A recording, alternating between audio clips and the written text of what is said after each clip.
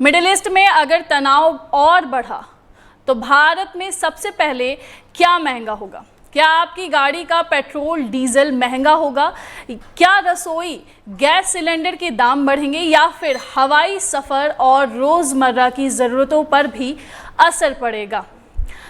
दरअसल दुनिया के सबसे बड़े तेल और गैस उत्पादक क्षेत्रों में से एक मिडिल ईस्ट में बढ़ती हलचल ने भारत की चिंता बढ़ा दी है, क्योंकि भारत अपनी ऊर्जा ज़रूरतों के लिए बड़े पैमाने पर आयात पर निर्भर है। ऐसे में वहाँ का संकट सीधे भारत की जेब तक पहुंच सकता है।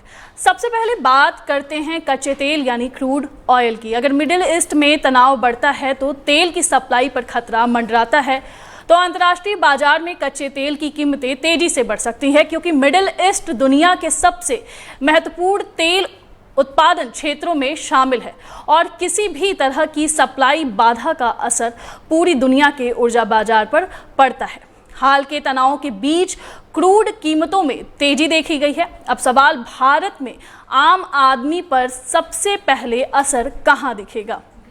तो इसका पहला कनेक्शन जुड़ता है पेट्रोल और डीजल से। अगर कच्चा तेल महंगा होता है तो तेल कंपनियों की लागत बढ़ सकती है।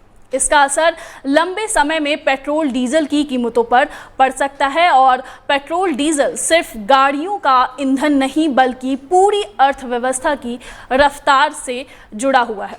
ट्रक, बस, माल ढुलाई और सप्लाई चेन महंगी हुई तो इसका असर सब्जी, अनाज, दूध और रोज़मर्रा की वस्तुओं की कीमतों पर दिखाई दे सकता है। इसके बाद सबसे बड़ी चिंता है घरेलू एलपीजी यानी रसोई गैस की। भारत में लाखों परिवार खाना बनाने के लिए एलपीजी का इस्तेमाल करते हैं और एलपीजी की सप्लाई में आयात की अहम भूमिका है।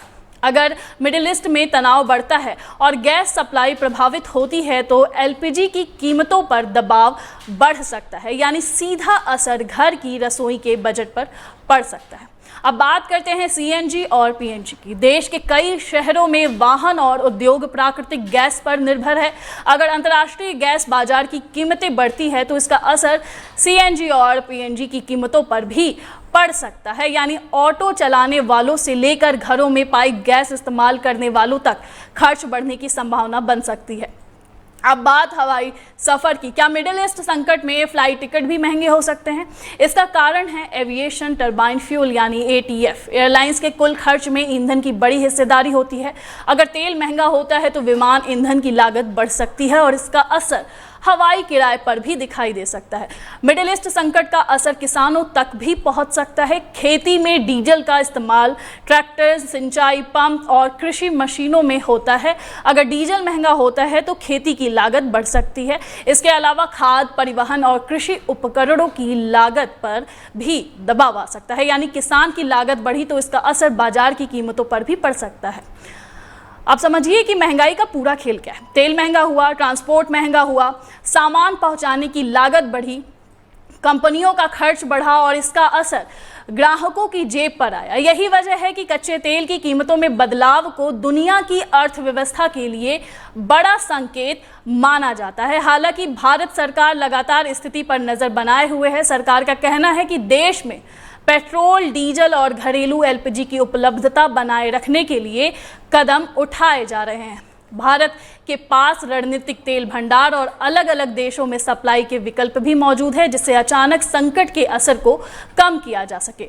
तो साफ है, मिडिल ईस्ट में चल रहा तनाव भले हजारों किलोमीटर दूर है, लेकिन इसका असर भारत की गाड़ी, रसोई और जेब तक पहुंच सकता है। अब सबसे ज़्यादा नज़र रहेगी कच्चे तेल की कीमतों और मिडिल ईस्ट की स्थिति पर, क्योंकि अगर संकट लंबा चला तो सबसे बड़ा सवाल यही होगा।